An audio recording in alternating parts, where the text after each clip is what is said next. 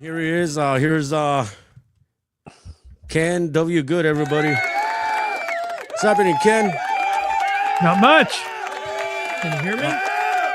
So here's my Yes, we brother. can hear My brother is the Gooch. We call him the Gooch. So my name is Joel.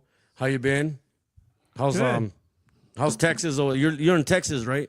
Yeah, it's very hot. Yeah, it's hotter over here in California, Los Angeles too. So yeah, we're experiencing. What's hot today? What's hot Yeah, today? it is. It is. What's I mean, hot over there in Los Angeles? Yeah, what's the weather today? It's like around 84 degrees in the highs. Oh, yeah, that's really hot. Today it was like 100 degrees here in Tyler. Oh my I know. gosh, He, I don't. yeah, Joe. I live in Wyoming, by the way, and the weather over here has been super hot. I think the highest last week was 109, I believe. Wow. Yeah, but it's different kind of heat. It's not California weather or Texas. Right here is just like you can just feel it, man. It's just like unbearable. So unbearable. I can't stand it. I prefer winter. So like when it's cold and rain and all that stuff. So Well, I probably like summer the best. I mean, I would probably be a spring person, but I have all kinds of allergies. But yeah, same here. I do. I have the same exact thing, allergies and everything. So yeah. Yeah, I prefer the summertime because I live in Wyoming. Sometimes the winters over here are just brutal oh with yeah, snow and it can reach. I think the coldest I felt out here is probably anywhere between 35 to 40 degrees below zero, which is oh super cold. yeah. I remember putting out Christmas lights in my shorts. So Oh. Wow. So how did you hear about us? I just want to ask you that question. I mean, I don't know. We have a PR group, and Right. they approached me about. I mean, so I don't know. They send out pitches. Probably that's probably what happened. Oh, okay. Looking for interest. So I was looking at your bio on Google, Ken, on your attorney at law. So you're an I am. attorney, I am. graduate from Hardin-Simmons University in 1982. Yes, sir. Damn. Second generation. My parents Wow. actually met there. Small college in Abilene, Texas. Wow. Yeah. Went to law school, graduated in '89. So I'm just an old fart. Man, Yeah, I don't even, I've been squawking because I just turned 50, and I was like, "Oh my God!" The day after I turned 50. Yeah. I'm 65. shit. So Wow. man. I'm Okay, 53. so Believe it or not. what? well, we believe it. We I'm believe it. 53. Believe it or not. Yeah. Jeez. But, You time know, I goes would by just say quick. yesterday. It was just yesterday I was 53. So Jeez. So I couldn't remember when I was 21. You know, that's how far along it's been a long time, man. I go, jeez. yeah. So 21. Ken, real quick, Ken, we're a couple of idiots that are on a podcast, and we discuss a lot about the politics and where our country's going today. We are far from liberal Democrats or Republicans. We're kind of in the middle of everybody. Okay, I'm personally more conservative than anything. Those type of values. That's where I'm at. But as far as education wise, you are the smartest man on the podcast right now. Yeah. There's street smart and there's book Yeah, smart. I don't know if you're right. I'm either one. That's right. You're right.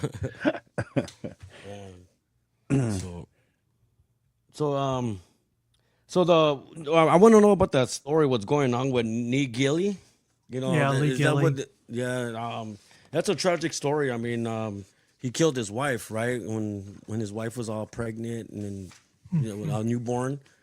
I mean, Yes, so they've arrested him, and he's been awaiting trial for almost a year, and so was getting ready to go to trial, and so he decided at 5:30 on one Friday just to cut off his ankle bracelet, right? GPS monitor, his the ankle monitor, bracelet, yeah. and somehow get from Houston, Texas to Canada. And in the while he's traveling, he picked up a fake illegal passport from another country. And he gets to Canada and he gets on a plane and flies to Turin, Italy. And when he's going through customs, they determine that his passport is forged. And so he immediately asked for asylum because he says he's being tried in the United States for murder and they're seeking the death penalty, which was false. They weren't seeking the death penalty, but he had prepared for this for 8 months. I mean, he grew his hair out, he grew a beard out, he changed his appearance. So, I mean, so this wasn't something he was just, this was something he just decided to do overnight. Right. No, this is something that, I mean, we're talking about psychopathic type planning. Right. And he's still in Italy. His trial has been delayed, but the Italian government has, the equivalent of the prosecutor in Italy has asked the court to grant the United States request to, expel him from the country, send him home, and get him back to Houston so he can be tried. Jeez. But I think the lesson here is about GPS monitors. I think the activists like to think that a GPS monitor is the panacea. It's the replacement for the bail industry. And if anything, this shows you how it's not. I mean, if somebody can get a head start on law enforcement for 3.5 days just by waiting till 5:30 on Friday, then this isn't, a replacement for anything. Because, the GPS monitoring company may report it, but the people that are going to have to act on it aren't going to see it till they get back to the office on Monday. Right. Jeez, so are you for or against bail? I'm actually a big proponent of bail in the private industry part of it because it has the lowest failure to appear rate of any release mechanism. And so while we've been doing all these experiments, trying different approaches, they've been abject failures. And, the activists will never admit what they're proposing isn't working, but they've been abject failures. Right. Making the criminal justice system a lot worse everywhere they've been tried. So now if you take, so say we take like what's going on in our country right now, like the illegal immigrants that are coming from different, parts of the planet into the United States, they commit, murder, rape, or whatever the case may be, and they get caught. They send them to jail, waiting for for a hearing or for court or whatever, and then they get put on bail, or they release them to promise to appear. Now, my question is, why is that happening? Like, why is it a political move? I mean, that's a good question because, if they're here illegally and they're charged with a crime, the posting of bail doesn't release them. It gets them released from the jail, but they just end up getting turned over to ICE. Right. And so then ICE will deport them. And, a bondsman would come to me and say, well, my guy never got out of jail. He got turned over to ICE. I'm like, no, you posted the bond that authorized the jail to release him. And they released them to the next group that had a hold on him, which was ICE. And so your bond is what authorized him to go to ICE, and then ICE deported him. And now you're going to end up paying the full bond amount because deportation is not a defense to a failure to appear. So the bonding community does not want to bond somebody out who is here illegally, but the federal government has set up a system where, the local jails are precluded from telling you if there's an ICE hold on somebody. And so that just makes it even worse. I mean, can you imagine if the government wants them, but they can't tell you that they've got an ICE hold? So you do your research. You can't find an ICE hold. You think they're here illegally. The family lies to you.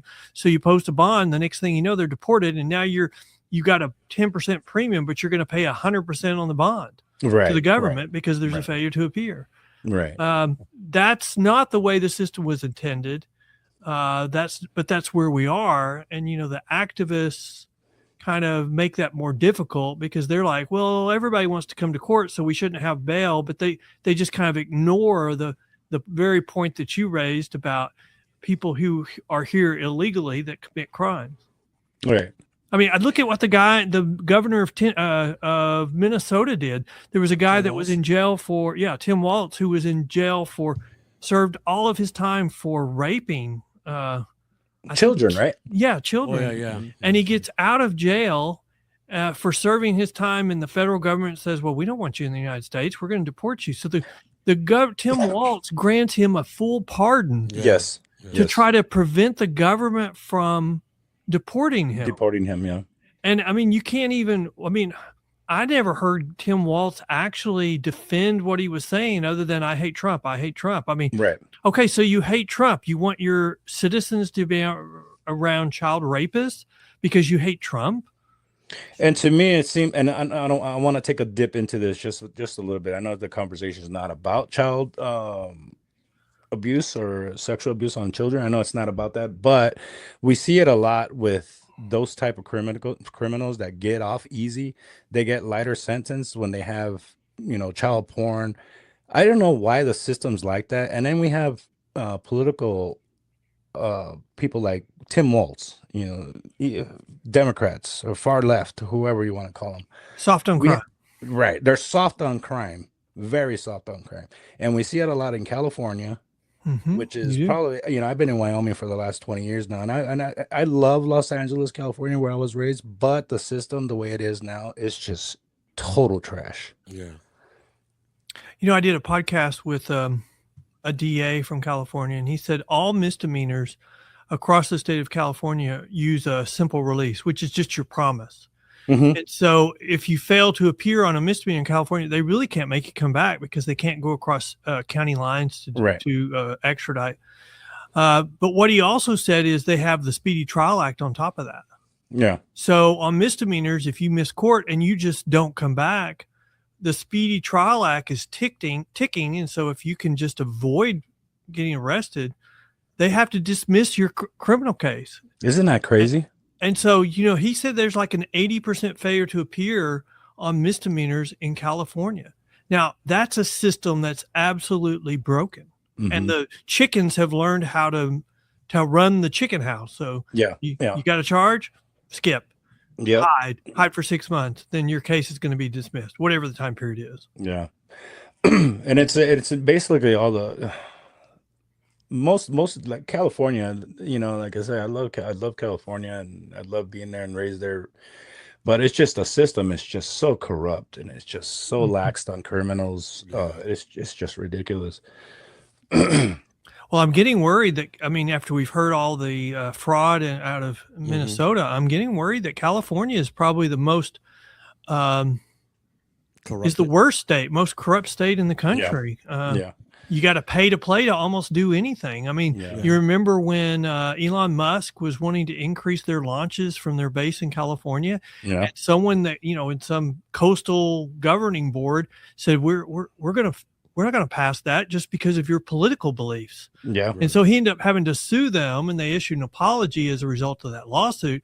But that's how bad it is in California. They're so brazen that they don't think there's any retribution or there's no accountability for anything they do. And they think there's no accountability for them, kind of like the criminals. We're going to punish you for your political views. We're going to release you because of your because we're going to have soft on crime. Those are really pretty hand in hand the same position. Right. You're absolutely right. Just take the last the mayor election they had with Karen Bass, and I forget his name. Well, one of the candidates, his house burned down on the Palisades. I forget his name. But anyways, I watched that closely because, as a Californian, I wanted Karen Bass out of there. All these people are all in on it together. They all have their hand in the cookie jar. But I was hoping for the best for California.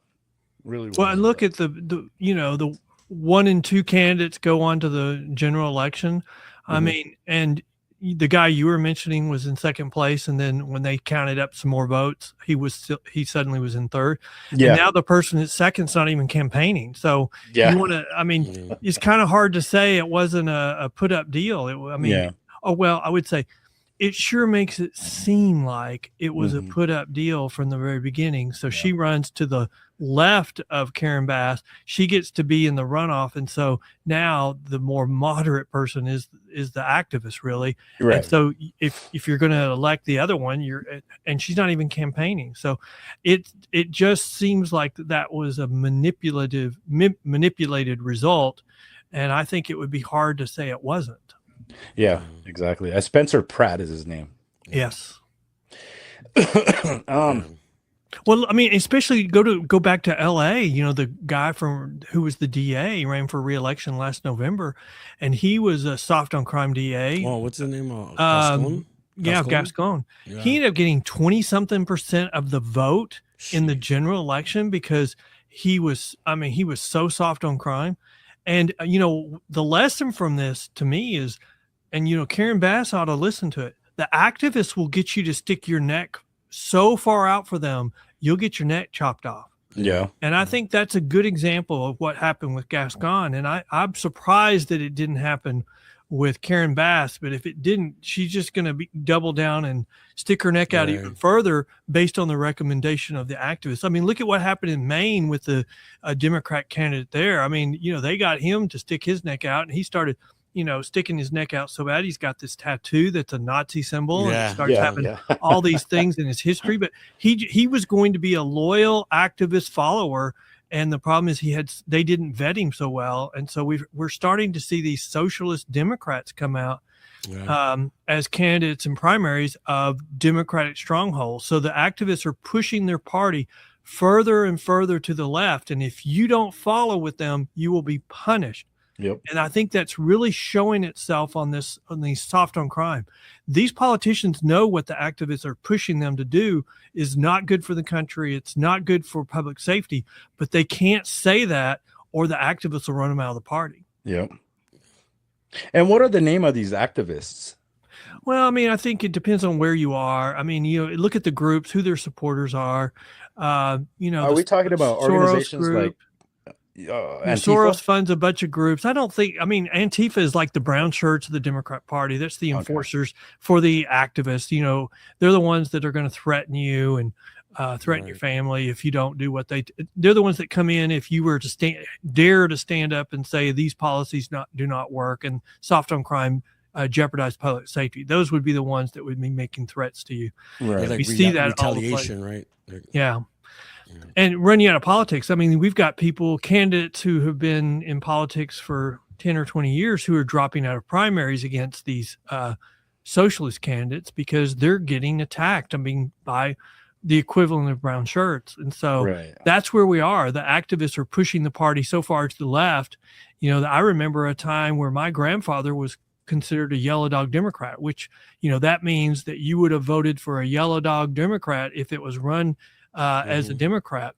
That's not true anymore. I mean, now the big tent, the party of the big tent no longer has room for conservatives, no longer has room for religious people, no longer has room for people who are in favor of policies against abortion. And now they no longer have room for centrist Democrats. You have to be an activist or they're going to run you out of the policy. I mean, you're starting to hear Bill a guy on TV that has a show that says if they embrace this policy, then my vote is up for vote. There's a commentator on for the Democrat Party says that if this is the face of the Democrat Party, then I'm not going to be in that party. So they're at the point where they're running off.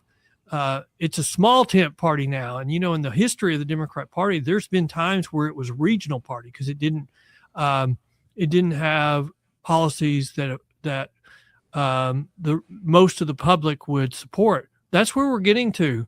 You know, we're going to get to, there's going to be a huge divide between the red and the blue states, and the blue states are going to get smaller and fewer because the divide's going to be so big. That's why it's really looking bad at the moment for some of our blue states, but it's just not, it's not going to last very long. Look at New York, Mandami. Right, he had to have a $4 billion or $8 billion subsidy from the state to balance his budget. I mean, how many years in a row can the state of California subsidize the budget of New York City? I mean, not. And, you know, when we've had these type of governors or mayors in the past, they've had to, after they left, they had to have a bailout. Well, the Republicans aren't going to give a bailout to New York. I mean, they've been saying this is what will happen if y'all embrace these policies. And they're on track to do that again. Yeah, the Democratic Party for sure is not the same Democratic Party it was maybe 30 years ago. Yeah, well, I think they're kind of embracing the third world politics. You know, like socialism. Yeah, it's like socialism. You know, reach out to the poor, tell them you're going to give them all these things, get them to support you, then you get elected, give them a bunch of stuff, and then, bankrupt your country. And I would say third world countries end up selling drugs because that's all they have left. That's all they have left. Yeah. But that's how they get in power. These are not people who are looking after what's best for the country. They're looking at what's best for them. Look at Mamdani. Right. He's promising grocery stores that will sell at 30% less. Well, they're not going to sell at 30% less. They're going to subsidize the price with taxpayer money. And, how many more groceries could they sell, or how many more people could they help if they just gave them, gift certificates to the stores that existed? I mean, they don't want to do that. I mean, this is all about Mamdani, even though he's not even eligible to run for president. So he's got some kind of plan. So he's going to use this as something. I'm wondering if AOC is going to run for president and he's going to run for Vice Schumer's spot. No, because he's not eligible for Vice. Yeah, he's right. You're right. But he could run for Schumer's spot because right now Schumer can't get reelected because the activists hate him. Yeah. And so when he comes up for reelection, I would even argue the shutdown we had last year was because Schumer was trying to raise his profile with the party, not because of any other reason. But these are the policies that are hurting the country on law and order and criminal justice and bail reform. Right. No, Trump's talking about running a third term. I know he can't. Technically, he can't, but I see how he can. No, he's just tweaking I think he's just trolling. I mean, the people who are TDS, Trump derangement syndrome, every time he says that, they just go apeshit crazy. And so I think he's just realizing that. I mean, look at Trump. I mean, he just won a golf tournament over the weekend. One of his one of his golf courses had its annual whatever, and he won it. And so he gets on social media and he's trolling everybody else. The reason why I won is I'm a great athlete. That's what he was doing. I'm going to run for a third term. He puts on a cap that says Trump 2028. There are people in this world that go ape shit crazy when he does that. And so I'm all in favor of it. I'm in favor because, you and I would go, he's not eligible to run, move on. But, then when you've got the people running against him saying, well, we want to abolish the Senate. We want to abolish the presidency. We want to abolish the Supreme Court. I mean, you know what? Trump doesn't seem so crazy when they're saying their policies are, we're going to get rid of all these things. We're going to close all jails. We're going to get rid of police. And, the science says when you get rid of police, crime goes up 75%. So, socialists want to get rid of jails until they get in power. But once they're in power, the jails get bigger because they're not full of criminals. They're full of all of their political opponents. Exactly. Oh, that's crazy, man. Yeah. So that's, is that what we want? I mean, it's what they want, obviously. Yeah. But that's not, all that does is enrich them. It doesn't make our country more safe. It actually is completely contrary to our entire history. And if you look at them and you say, identify one country where this was done, they can't. Successfully. They'll just say, well, they didn't go far enough. They weren't.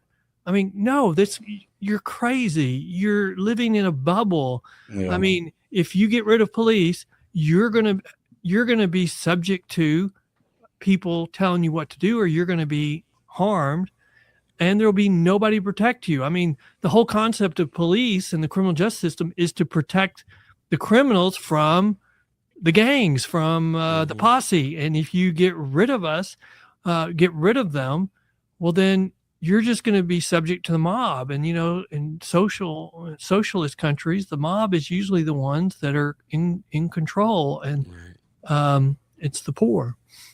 Yeah. You know what I want for president for the upcoming 2028? What? I mean, it'll be cool if JD Vance and Marco Rubio will be vice president and president. That's what I'm rooting for right now. I saw an article, was it today or yesterday, where JD Vance is under attack, and they were arguing that he's under attack by the elites of the Republican Party. So they're asserting their control back over the party by attacking JD Vance. I mean, JD Vance has been attacked by both the far left and the far right probably for the last 6 months. So they see him as the prohibitive favorite for president 2028. for 2028. But I agree with you. Marco Rubio would be just as good of a choice. I mean, you can't go wrong with either one of them. And Rubio has done such a good job with foreign policy. I would just say we don't elect presidents usually based on foreign policy. And so I think that would hurt Rubio. But I think Rubio would be an excellent choice. He's real quick-witted. That's what I like about him. Well, and he also, as he's gotten older, he's matured and he's gotten to the point where he can defend what he's doing very, very well. And he calls people on the carpet. And, I mean, if you look back at Trump 1, before his first presidency, when we would have a debate on the issue during the primaries, they would bring on someone for and someone against, and they'd let them both talk. Well, the press was criticized, saying you helped Trump win by doing that because you made it sound like his policies were good. I mean, the press is not doing that anymore. So now you could see it yesterday where Dana Bash from CNN was on with the Health and Human Services secretary. JFK? JFK Jr. And she gets on there and she just says, well, don't you think you're partly responsible for the increase in measles? And, when he starts talking, he says, I'm not going to let you use our airways for this. And, she won't let him talk. And finally he says, wait a minute.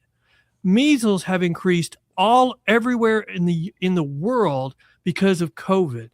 And you're accusing me of being only responsible for it. Am I responsible for all these other? And our response to the measles has been much better than anywhere else in the world. And yet you're attacking me.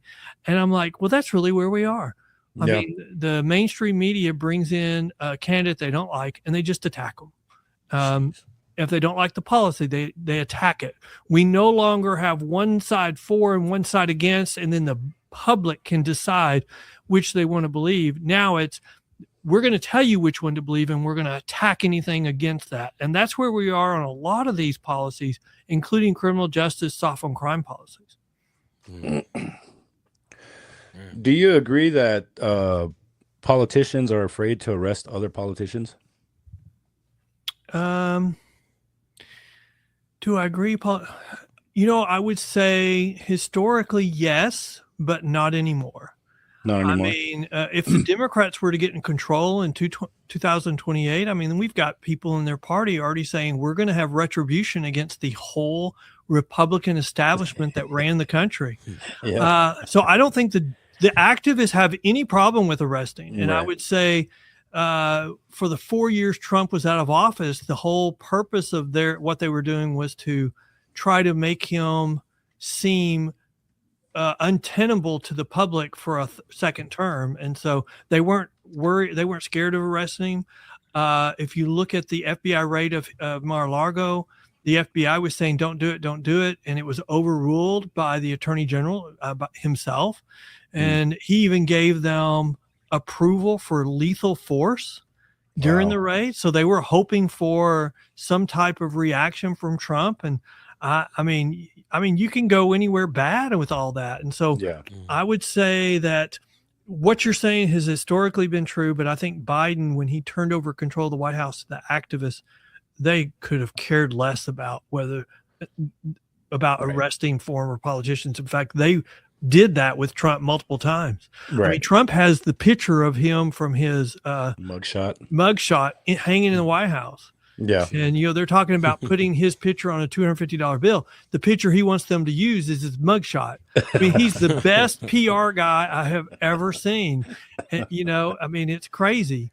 But, what's really probably bad for these policies on soft on crime and these bad bail reform policies is he's looked at them and said, these are bad.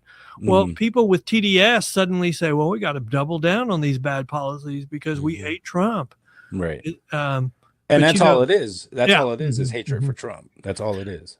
I agree. I agree completely. There's you can take a step back. Well, wait a minute. You can even go back to Obama, and you can go to Clinton, and you can go to college campuses, and you can say words from their speeches and tell them that it was Trump, and they will just come out and attack it. But the problem is it wasn't Trump. It was Obama, and it was or Clinton. Or And Clinton. all those policies are things that Trump is saying now. I mean, people with TDS would say moving the capital or our embassy in Israel to Jerusalem was the worst mistake we ever made.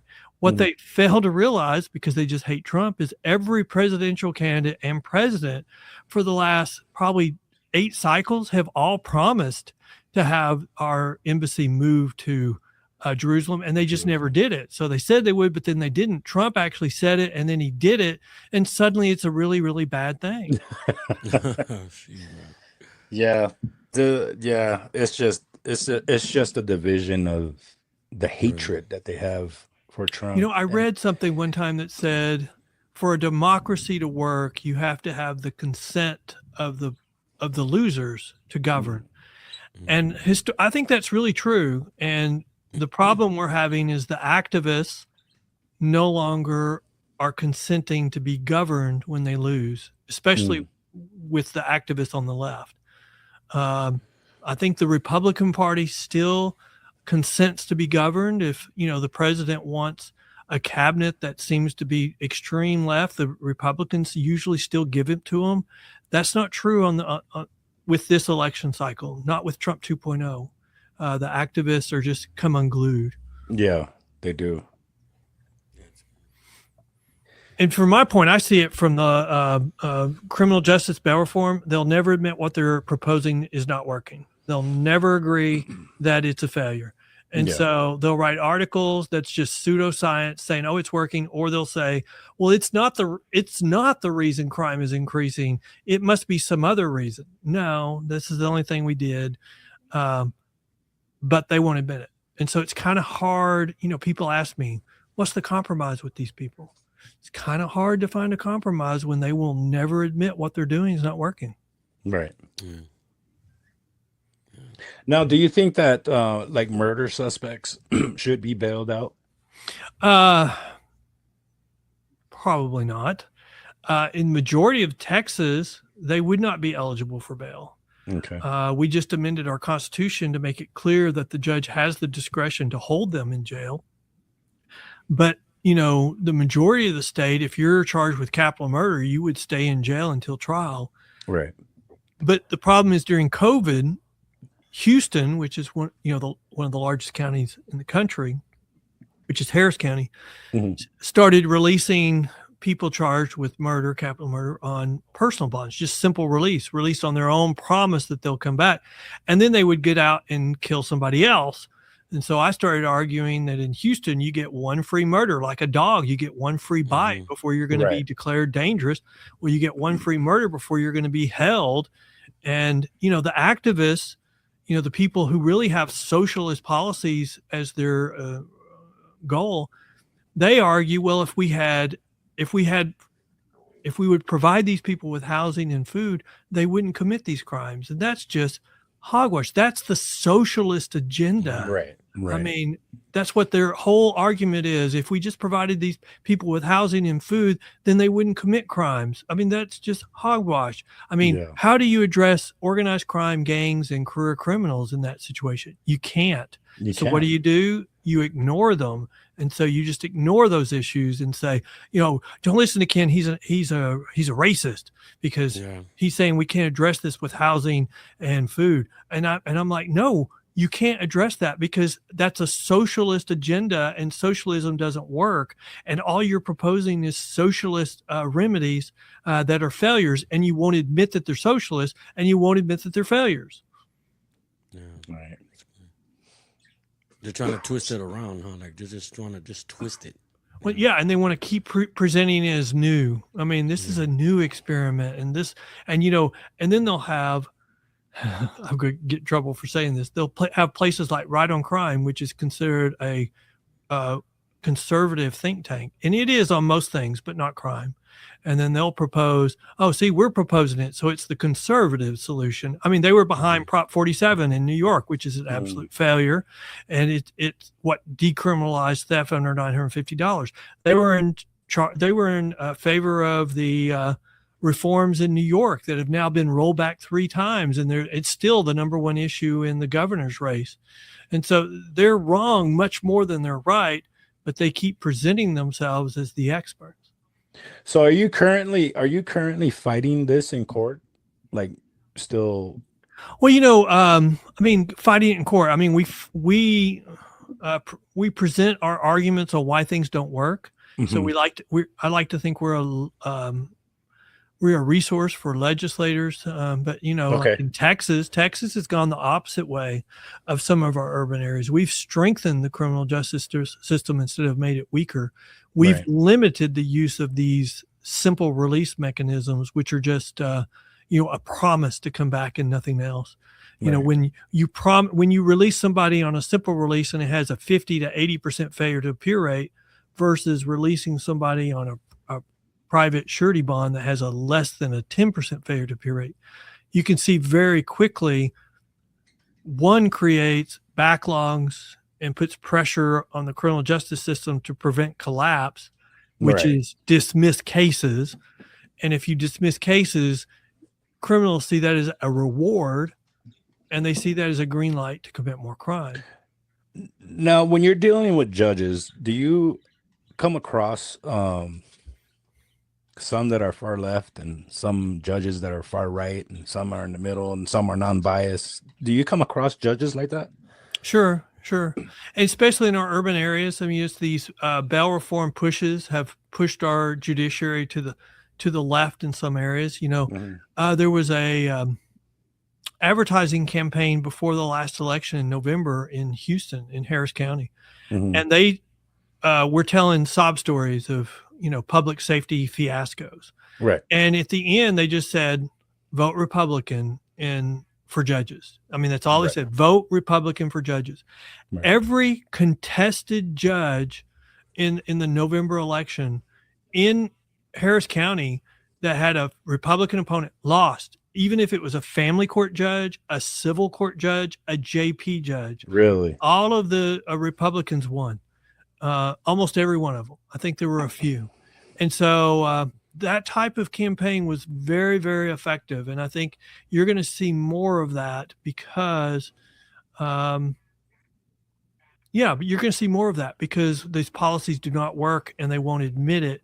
And then the activists put pressure. I mean, I had a chief deputy go to a court in Houston because he did not want the defendant to get out of jail. So he was there at the arraignment to voice that he did not believe he should get out of jail for his criminal history or whatever. The judge called him up to the bench and said, "I'm sorry, my party wants these people released. So I'm going to release them." So it's all political right now. And so we, it's all politics, or there's politics to a certain extent, but we need to get politics out of this as much as we can. Yeah, absolutely. And when one party is saying, I'm doing what my party wants, not what the public safety demands, that's not going to last very long because the public is always going to demand public safety. Yeah. And I think that the public should do something about it because after all, the public is the one that's paying for it, right? Yeah. The judges, the polices. But in the next election, well, except for the socialists, but in the next election, you're going to have some Democrat candidates who are going to try to hide and claim that they're all for public safety. They're going to claim they're strong on crime. But I would say you got to vote Republican for judges and for DAs, and even in the national election for one more election. If you do that, then the Democrat Party will do what it's always done. It'll moderate, and suddenly it'll be strong on crime, just like it has historically been, because they will require the activists to moderate. Until they do that, until they're willing to police themselves, then if you elect one of these people, I mean, even if they say they're moderate, it's just going to be, how can you trust them? Right. Biden said he was a moderate. We're going to go back to normalcy if we elect him. And he got into office and turned this country over to the activists for 4 years. Yes, he did. And so how can you trust the next moderate to say that they won't do the same thing? I mean, I read an article saying Kamala Harris is still the prohibitive favorite for president, for the nominee for the Democrat Party.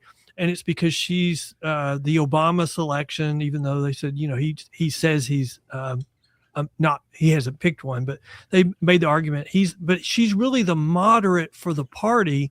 But I mean, it's worse for her. If she were to get into office, she's going to turn it right back over to the activists. Yep. And so the activists would run this country into the ground the rest of the way that they nearly did for 4 years. So how can you trust the Democrat Party, especially when you've got Democrat socialists running in different parts of the country saying, we want to get rid of the Senate, we want to get rid of the presidency, we want to get rid of the Supreme Court of the United States. I mean, these people will try to do that if they get in office. Yeah, and you can go to these activists too, and the ones that want to defund the police, and you get in their face, and the first thing they want to do is call the police.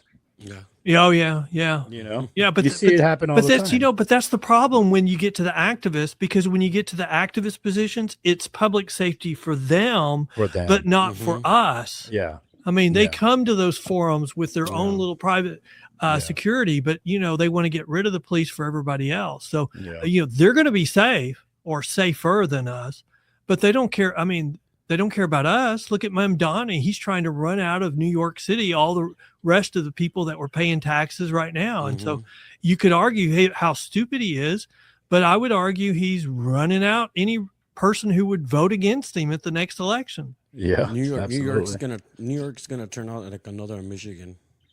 Yeah, and it's gonna run out of money, isn't it? Minnesota. Minnesota. And it's going to run out of money very quickly if the state is not willing to subsidize the city of New York. Yeah, because we already seeing it with supporters like celebrities like Robert De Niro and Ben Stiller. They're turning against Mamdani because of what he's doing. He wants to tax the rich, to feed. Well, the rich pays the majority of the taxes, so he didn't want to just tax the rich. He wants to tax them even more. Right. Right. I mean, and they keep this argument, well, you don't pay your fair share. Well, right now, we're the only ones paying a share. Yeah. So are you guys I'm not rich. Are you pushing that the ankle, that what was that, a monitor? The electric monitor thing? Okay, so on my position on the GPS monitor is that it is a supplement, but it's not a replacement. It's not. I mean, the activists would say, oh, we don't need bondsmen. If we need some assurance, we can get a GPS monitor. The problem with GPS monitors, you got to keep them charged. So there's a high false positive that there's a problem. The biggest one is, oh, it's not charged. Or, if you get a false alert that they left their house when they didn't. And so there's a high incentive when you get an alert to say, oh, that's just them. We get that all the time. So that's nothing probably. And so you're waiting for another alert. So that's another reason why if you wait till 5:30 on Friday, you're going to get a 3-day head start before they're going to do anything on you. And I would just say, if anything you do, if your whole public safety plan involves something that they can get a 3-day head start on, then it's not a public safety plan. That's all legally took off because he got a 3-day start. Well, yeah, he did it 5:30 on Friday, and the court didn't go back to business until Monday. So by then he was in Italy. And the only reason why the court, nobody would have known if they hadn't found him in immigration. He'd be gone. It's crazy because all the technology that we had, like smartphones and all that stuff, they can't make that simple little thing go off crazy. Like what is it that alerts you when there's a but the Amber Alert? Yes. But the problem is our activist friends use those types of arguments all the time. Well, we can just send them a text message to remind them to go to court, and they'll come to court, and we don't need these bad old bonding companies and stuff. The problem is these are troubled kids, troubled people, troubled adults who have never found their niche, and they're nomads. They don't have a place that they fit in, and so they go through phones. They probably don't have a phone. And then when you're living on the streets and you're a drug addict and you've got mental health problems, you think a text message is going to work to remind them to go to court? No, absolutely no. But the simplicity of these arguments, that's how simple they are. There's always a way around getting off those things. You know, they always Sure. find a way. You know, Yeah. they always find a way. Well, Well, and what you know, if- I was embarrassed. Yeah, I would be embarrassed if I had to go to Walmart and I had an ankle monitor on. Right. But you know what? People are not embarrassed by that anymore. No. They just walk freely, like whatever. Oh, I'm good. I'm the It's- bad it's- guy. I'm, you know. It's what the young generation call it's a flex. Yeah. Right? You know what? I guess I'm so old. A flex meant you'd been working out, not that you had a You're GPS monitor from going to jail. But yeah, I think you're right. we have another host, my brother. His name is Remo. He knows all about that. So I'm sorry he didn't show up today. He was working, so we had. He knew I was going to be here. No, no, He knew would every. be, he would be the one to agree with everything you're saying. It doesn't work. Yeah. Because It can be a supplement. It can be an addition, but it Right, can't be right. the. And you know what? Nobody says is the cost of that is so Mhm. high. It can be more expensive than having a bail bondsman. Yeah. Yeah. I mean, the cost is a per day cost, and you can imagine being out of I jail. believe The I average believe- time is 3 or 4 years before you're going to go to trial. Right. I believe our younger brother Remo, because I believe he's a 2-time felon. Okay, I believe 1 year he cut off his ankle monitor. This was probably in the early 2000s or late 90s. Wow. Yeah, I believe he did. I might be wrong. I might get a phone call.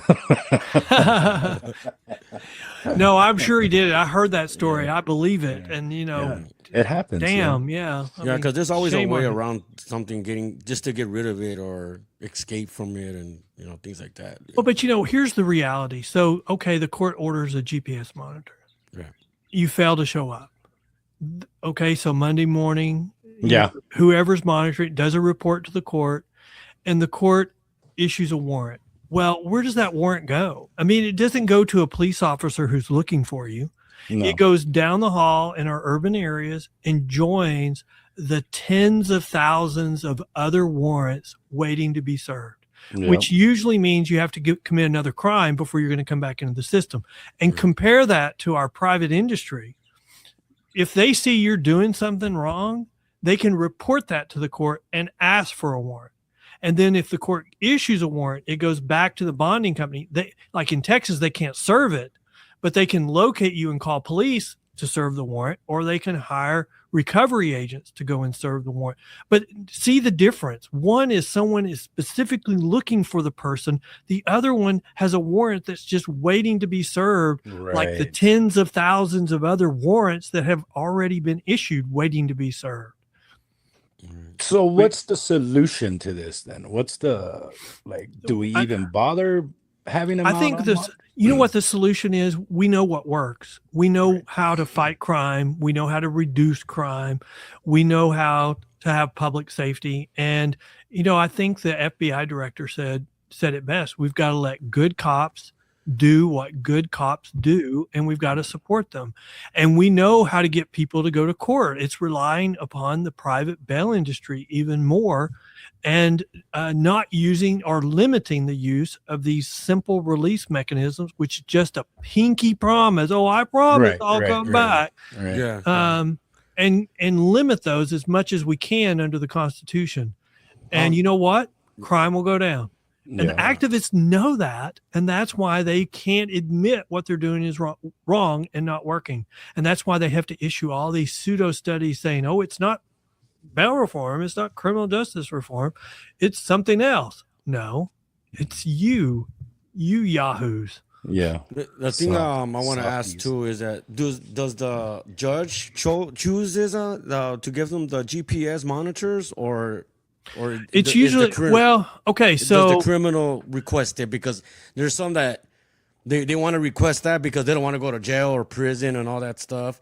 And I mean, sometimes I feel like, does the judge offer it or does the criminal? request bail is regulated by the states. And so, like in Texas, GPS monitoring can be added as a condition of your release, pretty much on any bond. Right. But like the bail reform movement that we're seeing, like in New York, they just made a list of crimes that says if your crime is on this list, you get released on no bail. So you get released on your own recognizance, period. No matter what your criminal history is, no matter how many times you've committed this crime, we're going to treat everybody the same. a first-time offender, a 10-time offender. That They is crazy. all get treated the same because it's on this list, and we've tied the hands of judges, and they have no discretion. And I think that's one of the main goals of activists. They want to tie the hands of the judges because the judges know criminal histories are the biggest and best indicator of whether you're going to commit crime in the future. And so they have to say, you can't look at that, and here's what you have to do. And I think that's part of the problem. That's why they've rolled back New York as bail reform 3 times, because they keep removing stuff from the list that they put on it. That is crazy. Yeah. I mean, we need to give judges more discretion, not less. And we need them to hold defendants accountable. I mean, that's the biggest problem is this bail reform is removing accountability. I've got an example of multiple guys in Houston that missed court 16, 17 times, and they just get rearrested, released on the same personal promise to come back. And you can imagine, I mean, I would have said 5 times on the same release isn't working, but they said it 17 times. If I was a judge, I'd probably say 1, maybe 2, but I'm not giving you 3. Yeah. But they gave him 17. And That can is you imagine insane. the police? These police officers are arresting him and then taking him to jail. They're spending all their time rearresting that guy. And speaking about having the judges' hands tied, the police are the ones that have their hands tied with these type of policies. They do, especially, with these defund the police arguments. I mean, so they're having to be very, very careful because, we're in this cycle. We're 6 months before an election, probably less, where historically the activists have looked for some public incident that they can make the rallying cry for the next election. And they'll have protests, maybe something even more than protests. And they'll say, you're getting mistreated, so you need to come out and vote for us. You need to get mad. And then they did it. And then when the election was over, they just went back to business as usual. I would say the AOCs, the Democrat socialists, the reason why we're seeing them is because the Democrats or the activists have gotten tired of the promises with no follow through. So now they're electing the crazies, the ones that now are advocating for the defund the police, even though the science says when you defund the police, crime goes up 75%. And these people who say they're wanting to help certain minority communities, when you defund the police, those are the communities that are going to get hurt the absolute worst. Absolutely. Because crime goes up in our minority communities quicker than the rest of society, because we commit crime pretty much within our racial groups. And the ones the ones that defund the police, there's the one like the Gooch was saying earlier. They're the first ones to call the cops. Yes. They're the first. I mean, ones where was it? Seattle, where they had the CHOP district, where they, after the George Floyd, so they had an area where they just didn't allow the police, and we had some social scientists look at that. Crime went up 75% very quickly. They were sued by at least a couple of lawsuits. The local businesses called them, sued them for not providing public safety and got several $1 million, and a family sued and got like $30 million. So, if the government's not going to do its function and turn it over to the activists, there's been real consequences for that. And I think that these lunatic socialists, Democrats, I believe, I'm just saying it's my opinion. I can't prove it, but I believe they're getting paid to be crazy. If you know what I mean? Well, I think there are some protesters that are paid protesters. Yeah. And I think The we're Soros. seeing more and more of that. And I think Soros is a good funder. But I think the NGOs, which Trump has come in and ended, were a lot of the funding sources. I mean, we're paying, our own government was paying for protesters. I mean, if I think, in my opinion, but I think you can see the proof of that with the NGOs have gone out of business in the Central America. In South America, countries that have historically had leftist governments have started losing to more conservative governments. And then you've got Honduras just announced they're not going to have any more elections. And so to me, that's like they're scared that without this NGO money, they can't win an election. Right. Yeah, it's crazy. We haven't seen a riot. We haven't seen what's it called? When they ransack a store and they take off. That's a We good haven't point seen too. that. Yeah, we haven't seen that in Um, a while since the Biden administration. Wow, you that's think a pretty good point. soon? You think pretty soon, maybe like in a near future, they're gonna have a GPS monitor every illegal that comes to the country, No, just to monitor them. No, we You can't don't think afford so? it. We can't afford Okay. it. I mean, the best That'd be a good example. idea, right?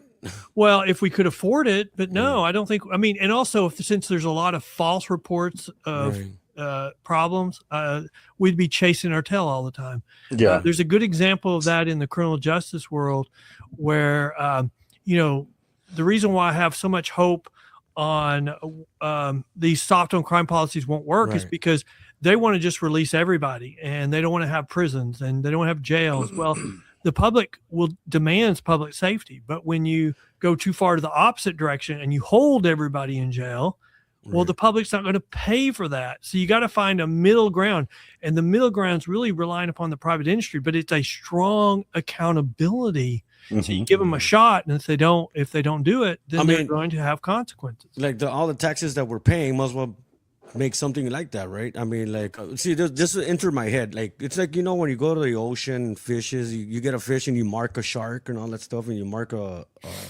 like a cheetah. Yeah, but in the perfect world, that'd be a great solution. But in the real world, where you have all these false positives and all these reports that it wasn't charged or that they deviated and it was incorrect, I mean, we would be spending all of our time chasing that if we did that. I think Joe's.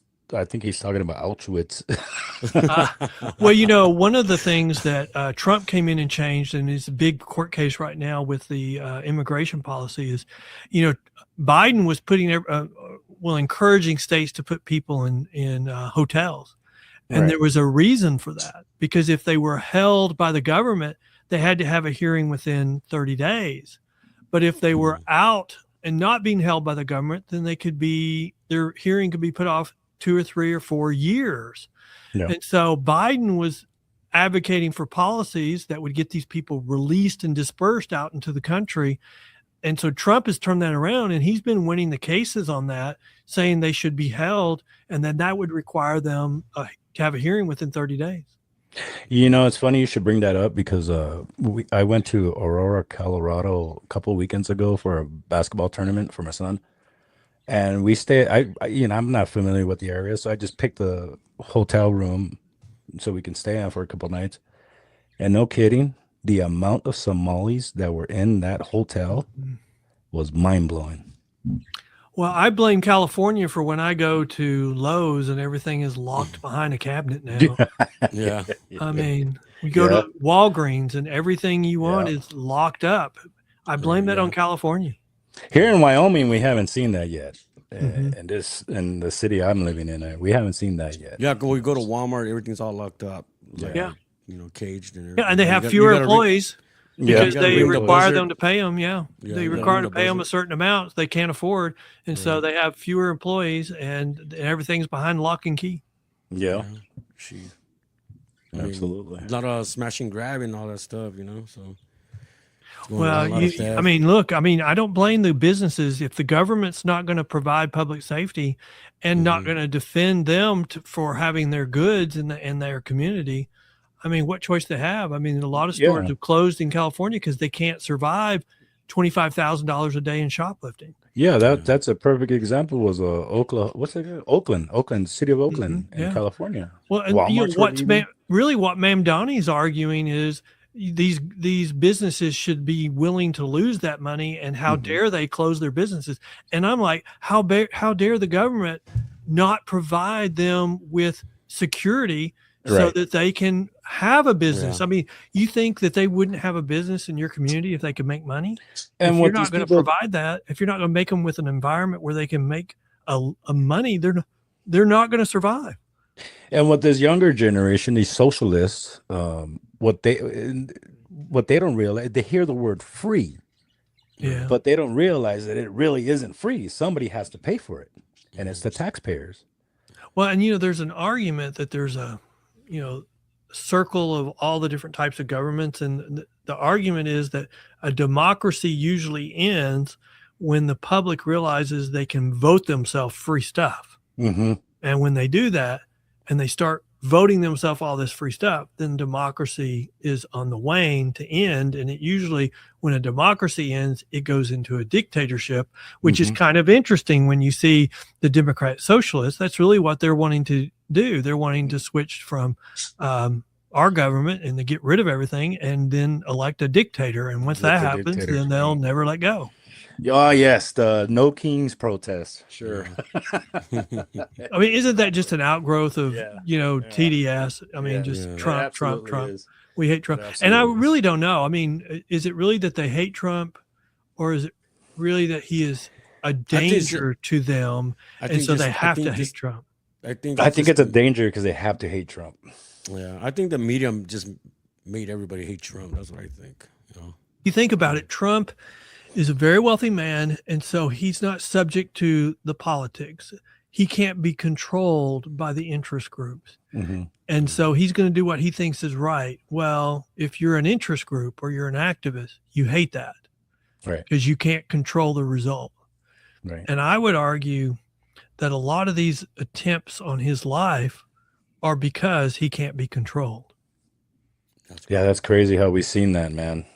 Especially how just imagine what would happen if we switched all that and it was the Democrat candidate that was being shot at. I mean, that's all we'd hear about every night on the news, that the Republicans are crazy and the Republicans are behind this. And you switch it, now it's, well, we're not the ones fanning the flames. Yeah. We are not responsible. The person who pulled the trigger is responsible. Well, they have your little manifesto all doing your talking points.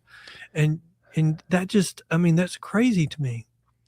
I think this new generation of Democrats, they just want civil unrest. They want to flip this country upside down. I think there's a faction in there that is. It's kind of like on the soft on crime policies. There's a faction of that coalition that does not want jails.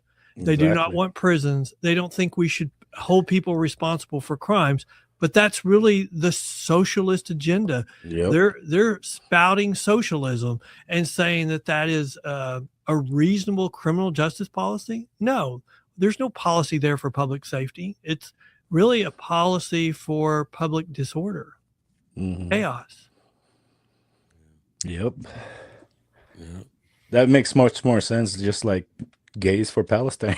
That almost seems like an oxymoron, doesn't it? Right. It's like if we put you on a bus and sent you to, you wouldn't survive a night because that's how they treat your kind. And you're here in a country that protects you so you can say oxymoronic things. Yeah. But if you were to go there, there's a story about probably 4 years ago of a young woman who was going to prove that the Middle East was really a safe place. And so she decided to go hitchhiking through there.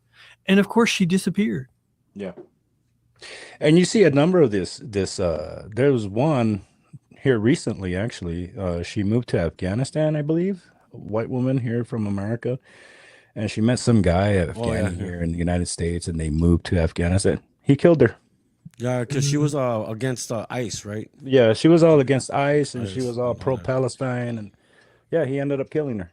I forget the girl's name, but I think for some reason we've had some courts that have gone really crazy on these types of issues. Where someone kills their significant other and says that it was sanctioned and authorized under their religious beliefs, and so you've got under our Constitution a right to right of religion. And I think that's one of those areas where if you don't, I think if you're an activist, you could see that and you could go, oh, well, no, they had a right to do that. And it's like, no, that's crazy. Look at our foundation as a country. Yeah. We have certain things. I don't care what your religion is. You don't have a right to murder.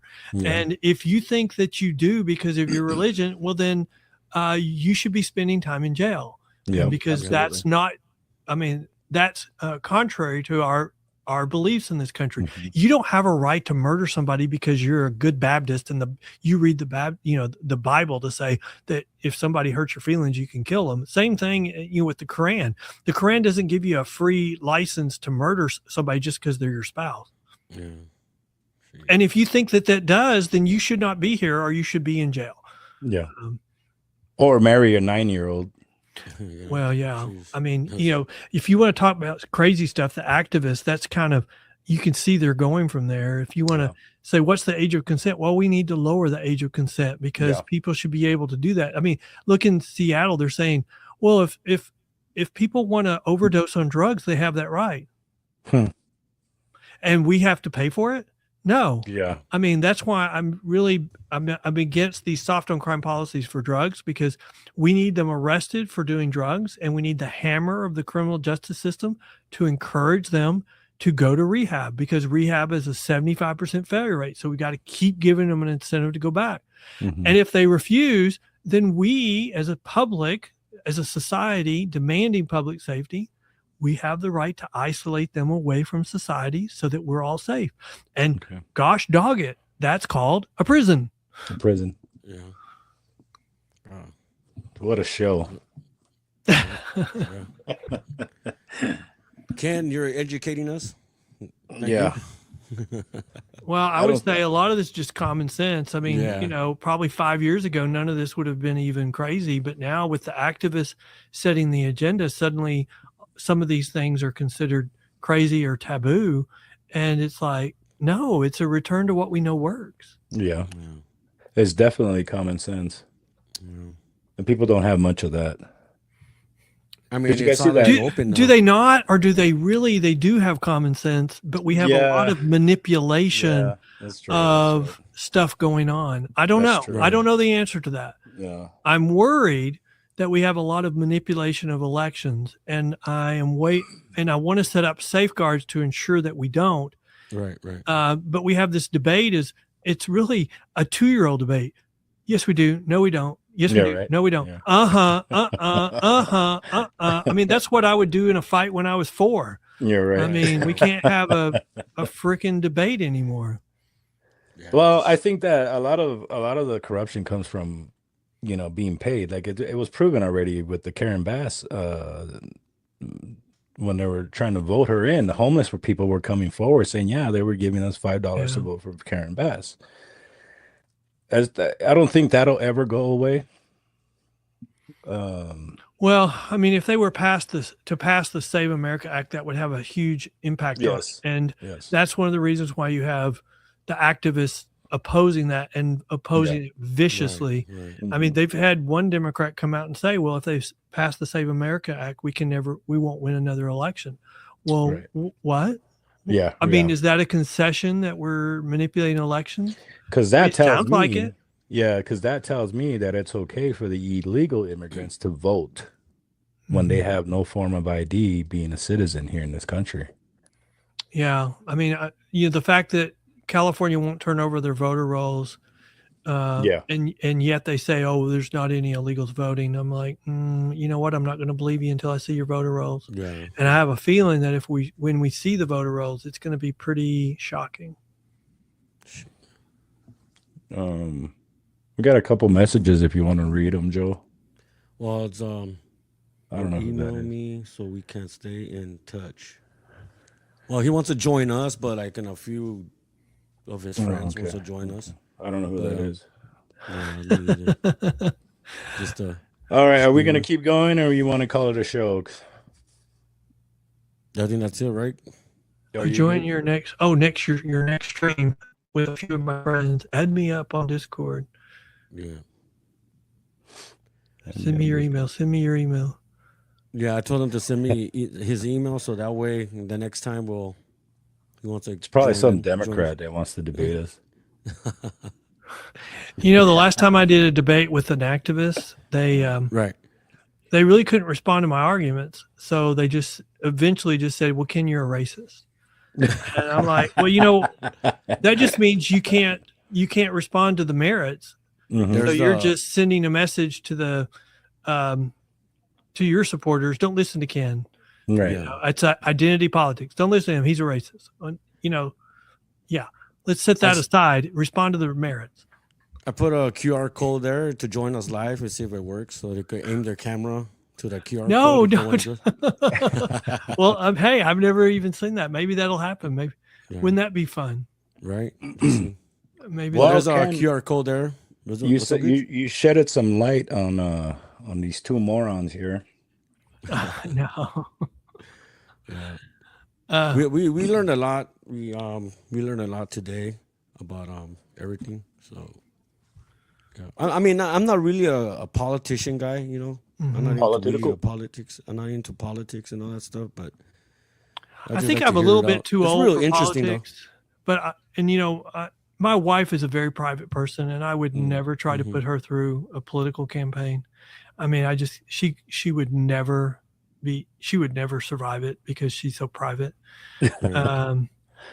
But yeah, I mean, I think I love the policy and I love the argument and but I don't think the activists would not like me because, they wouldn't be able to manipulate me, and I'd call them on the carpet. I would spend all my time looking at the numbers. The best example I have of that is, the activists were all saying last year, you don't have to believe us when we say crime is not increasing. You can just look at the FBI statistics. Right. So in October, I wrote an article saying, here's all the reasons why the FBI statistics are incomplete.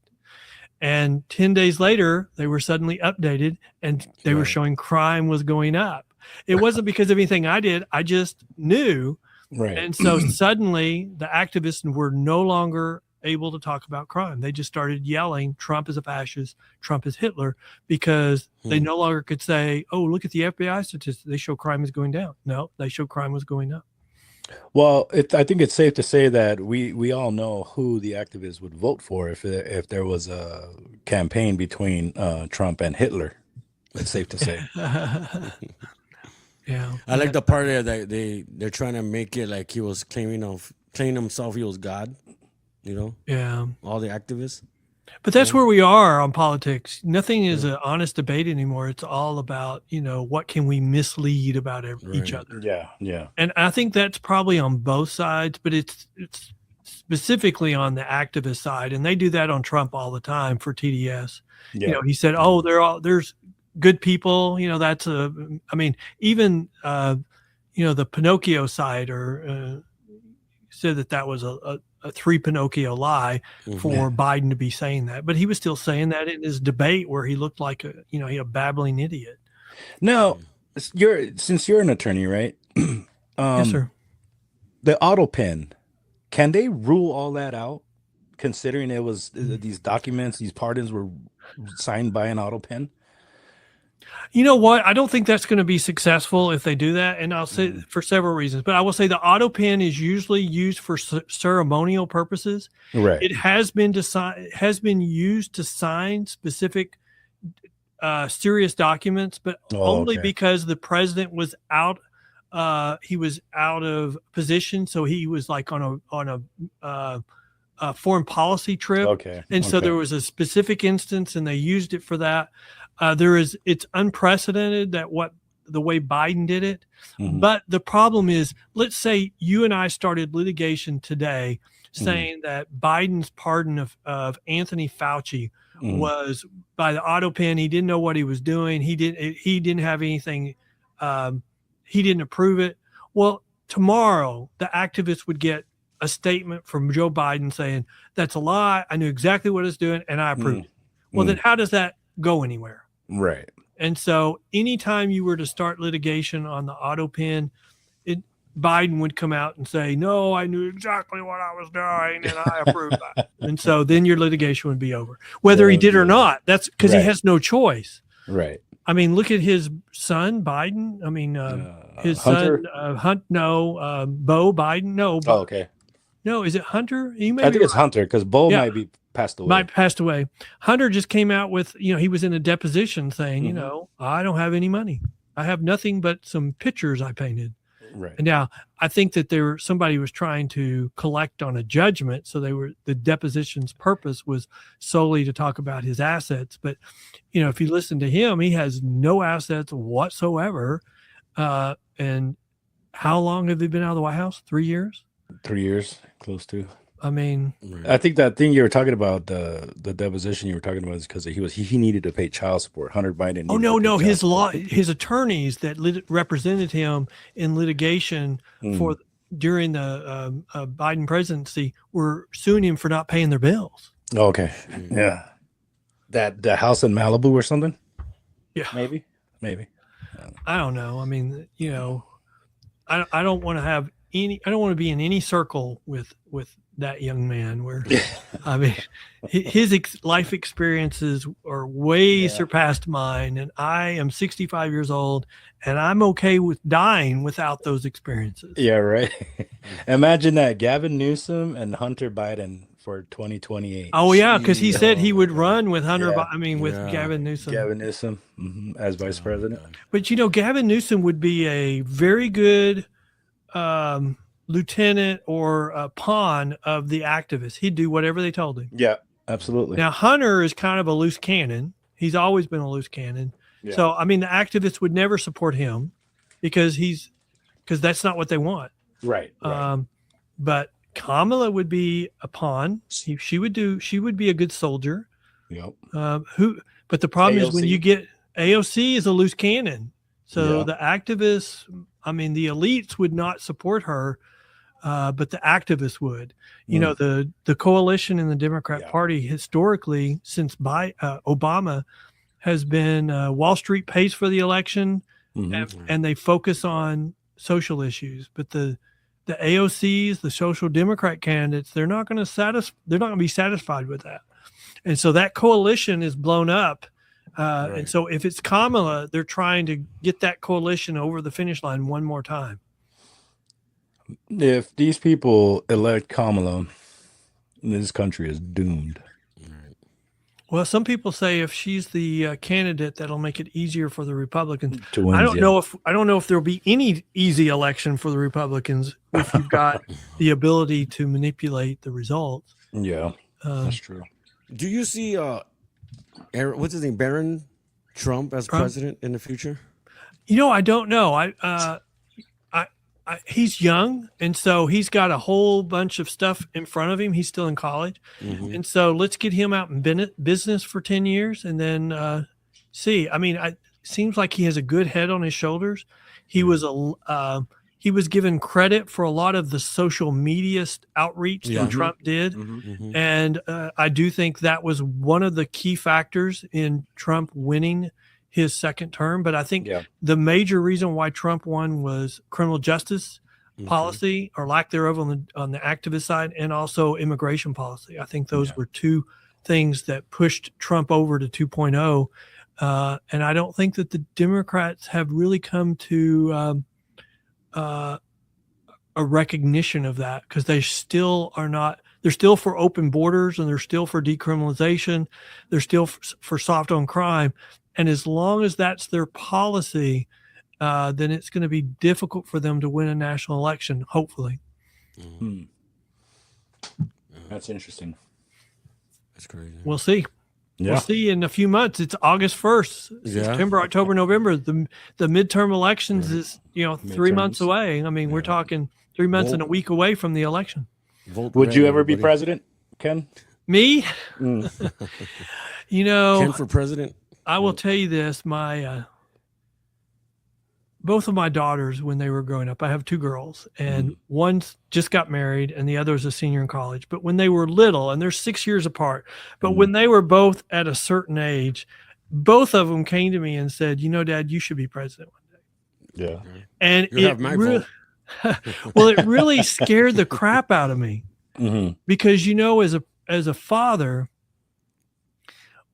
before your kids are teenagers and they come up to you and they tell you something like that, you've just now reached the pinnacle, right? And there's nowhere you can go but down, especially when they hit teenage years. Right. I remember when my oldest was 13 and, she wouldn't let me give her a hug for a year because, all those hormones blazing. But so really I had the opposite reaction when both of my daughters, when they came to me and said, "Oh, you should be president," it actually scared the crap out of me, because I'm like, I mean, it's not that I'm scared on policy. I'm scared that there's nothing I could do but something that would make my daughters think less of me. Right. And I was like, that makes you really, as a father, want to be a better man. But, I mean, you can't live up to the fantasy that, your daughters have is, oh, you're a perfect person at that point. Right. And so, I'm a strong Christian. And so I'm always trying my best on what I think is best. But President, I'm 65. I know Trump was 80, but I'm not, I'm great for advocating policy, talking to legislators. Right. But I have some people that would be dead set on talking bad about me if I ran, because for some reason I've created a couple of enemies. Yeah, right. I couldn't run. I have too many skeletons in my closet. Well, nowadays it looks like they'll just make up skeletons if you don't. Yeah, have right. one. Yeah. I mean, So I'm good. so we're going to vote for Joe. Yeah. Oh, no, not me. I'm too short for a president. Sure, you're short. Yeah. Yeah, I'm like 5'4", so I don't think they'll vote for me. Yeah, for sure. I think they'll laugh at me, but not vote for me. I could put Joe in my pocket. Why? So how tall are you, Gooch? I think I'm 5'9", 5'10". So are y'all's families? Is that average for y'all's families? No, our Oh, family his is kids pretty are short. tall, man. My kids are tall because of their grandpa on their mom's side. Mm-hmm. My son is 20, and he's 6'4". And Wow. I got a 16-year-old who's in basketball, and he's pushing 6'4". He's like 6'3", 6'4". Yeah. So I'm Yeah, so- 6'2", but when I graduated high school, I was 6 foot. Mm. My brother has always been 2 inches taller than me. So he was 6'2" when he graduated from high school.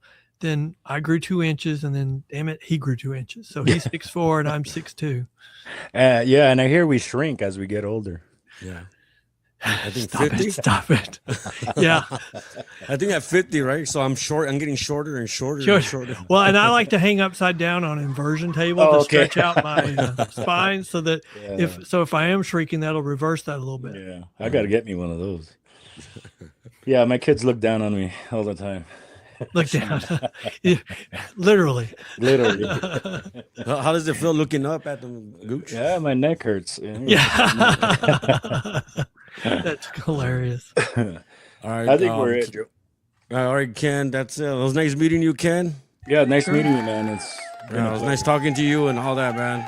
I mean, we learned a lot from you, and I hope everything goes well with you and with ankle monitor, GPS stuff, and I hope they kind of like Lax make on something new. I mean, they should invent something new they could detect it real fast. 'Cause- How about microchip in their hand? Yeah, yeah. Go back to Revelations. Let's Yeah, put a there mark we on go. everybody's hands. That's what we Yeah. need to do. Yeah. Well, thanks, guys. It's been great talking to y'all. I had a great time. It was Yeah, nice thank meeting- you. It was nice meeting you, Ken. Thank you, sir. Thank you. See you, Ken. That's Ken. Bye. Good, everybody. And do you have any last words, Ken? No, I mean, if people want more information about us, they can go to pbtx.com, which is our website. We have a blog where we highlight important criminal justice stories. We have our own podcast. And Okay. there's a link on the menu, and or you can go straight to our website, thebellpost.com. All we do is You're talk talking about criminal justice. is it the pbtx.com? Yeah. Yes, sir. Okay, I got it right here. All right. Check it out right there. Good night, guys. All right, good night, Ken. Good night.